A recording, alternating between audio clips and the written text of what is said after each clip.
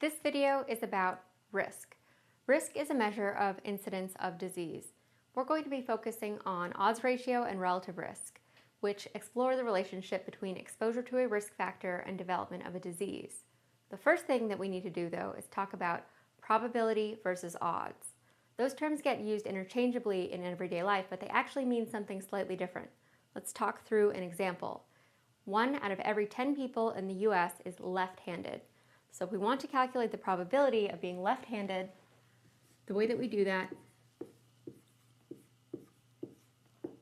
is by comparing the number of events to events plus non-events. And what we mean here by events is the number of people who have the thing that we're interested in, the number of left-handed people. And if it's 1 out of every 10 people, the number of events then would be 1. There's 1 event. And then the number of events again would be 1. And then the number of non-events would be the number of people who are right-handed. So it would be 9. So probability of being left-handed is 1 for events over 1 for events plus 9 for non-events. Compare that to odds. To calculate the odds of being left-handed, I would compare the number of events to the number of non-events. So 1 for events, because there's 1 left-handed person, and then 9 for non-events, because there are 9 right-handed people. Something that you should know about probability and odds is that they approximate one another when you are looking at a rare disease. And that is because the number of healthy people or the number of non-events is really high. So these numbers would both be high, but the number of events, the number of people who have the disease, this would be really low. So basically you end up looking at just the number of events to the number of non-events when this number is really small. So let me repeat. Odds and probability approximate each other with rare diseases. Okay, so that's the difference between probability and odds. I know they're really similar, but they're going to be used differently in odds ratios and relative risk. Let's start by using a table to understand the difference between odds ratio and relative risk. So we're going to do a 2x2 table that's going to look pretty familiar. There will be disease status on top, whether or not somebody has the disease, with positive in the top left corner and negative on the right. And on the side will be exposure status, whether or not somebody has been exposed to a disease. Positive on the top, negative on the bottom. If this looks familiar, it's probably because you've seen something really similar when looking at sensitivity, specificity, positive predictive value, and negative predictive value. And so far, they are identical, except for exposure status is on the side, whereas in the other one, the test result is on the side. All right, now to fill these in, you have A and B in the disease or in the exposure positive row, A and B in the first row, C and D in the exposure negative row, in the row of people who have not been exposed, A, B, C, D. Remember to always put this table together the same way with disease status on top, exposure on the side, A and B in the first row, and C and D in the second row. Okay, so let's use these to talk about odds ratio and relative risk finally. So when you do a cohort study, what you do is you get a group of people who have been exposed to a risk factor. You get another group of people who have not been exposed to a risk factor, and you follow them over time to see who develops the disease. And in order to make that comparison, you use something called relative risk, which I'm going to abbreviate RR. So relative risk gets used for cohort studies. So what this is looking at is the probability of getting the disease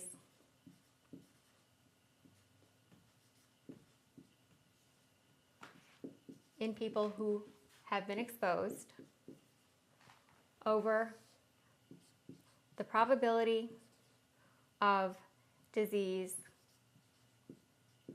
in people who have not been exposed.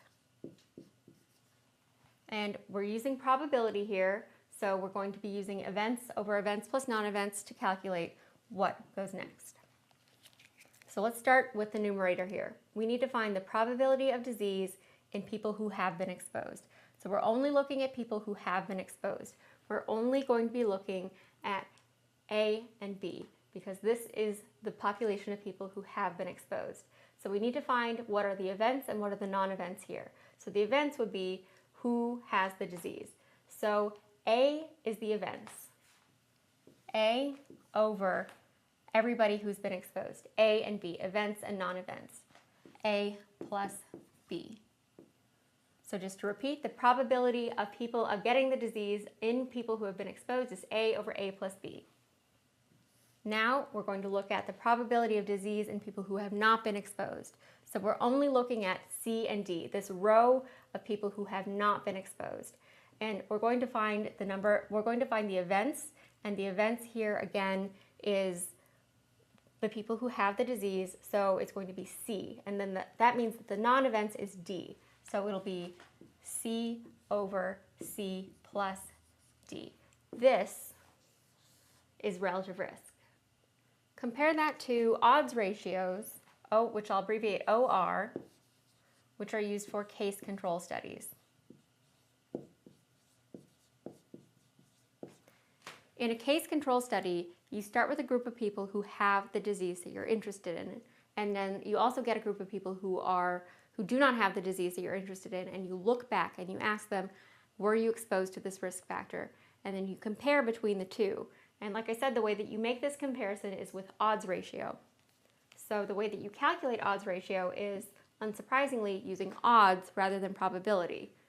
So you find the odds of a positive exposure in people who have the disease over the odds of having the exposure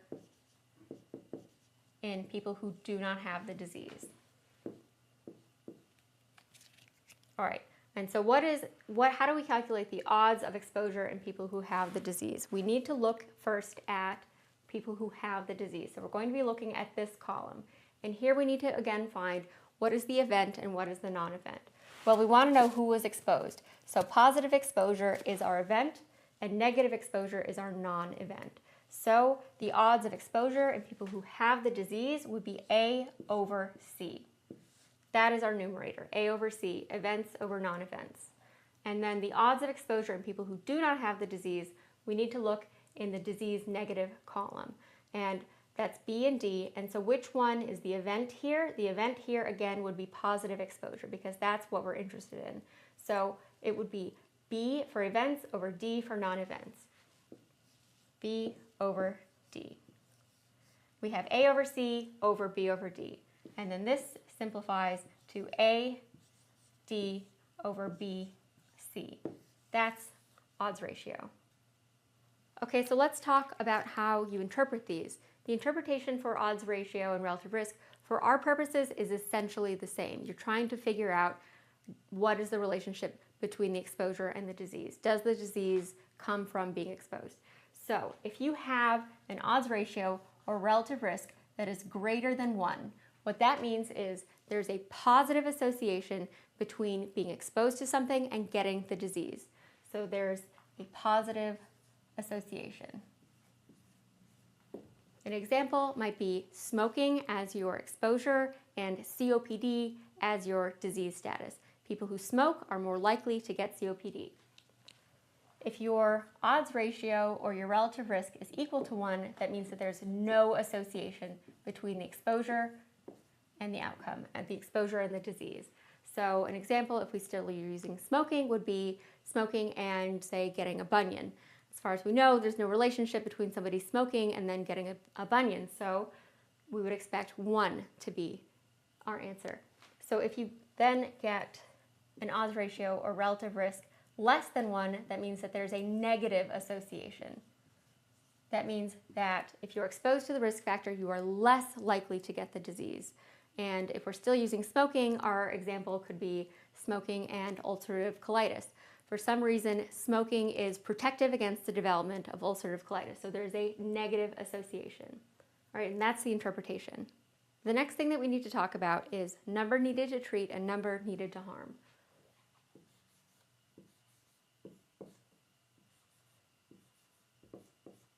Number needed to treat is the number of people that you need to expose to some sort of treatment in order for one person to benefit. Ideally, every person that you give treatment to would get some benefit from it, but in reality, that's not how things actually work. Usually, you need to give a lot of people warfarin in order to prevent one stroke. That's similar to number needed to harm.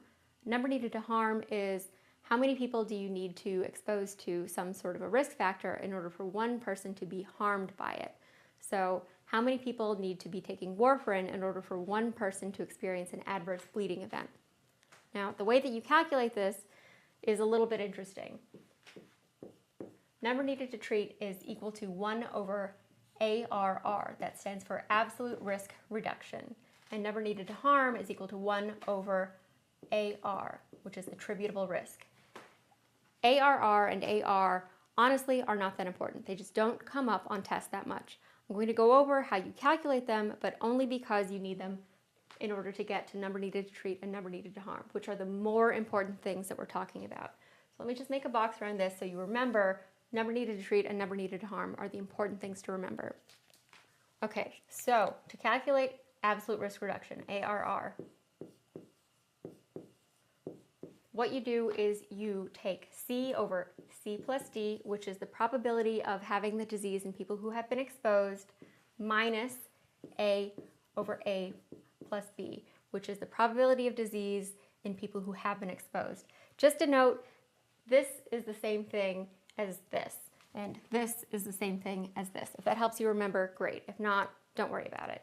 And attributable risk, AR, is just this flipped. So then it would be A over A plus B minus C over C plus D. I'm going to go over one more thing really quickly. It's relative risk reduction, RRR. This is just equal to 1 minus relative risk. That's really all you need to know about for relative risk reduction.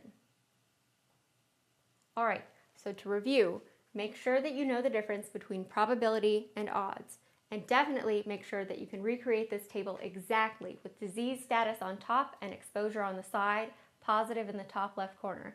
A, B, C, D, always the same. Make sure that you can remember how to calculate relative risk and remember that it goes with cohort studies. Make sure that you can calculate odds ratio and remember that it goes with case control. And remember how to interpret. Specifically remember that if you have an odds ratio of relative risk equal to 1, there's no association. And that is risk. Become a better doctor. Subscribe now to get access to our premium content.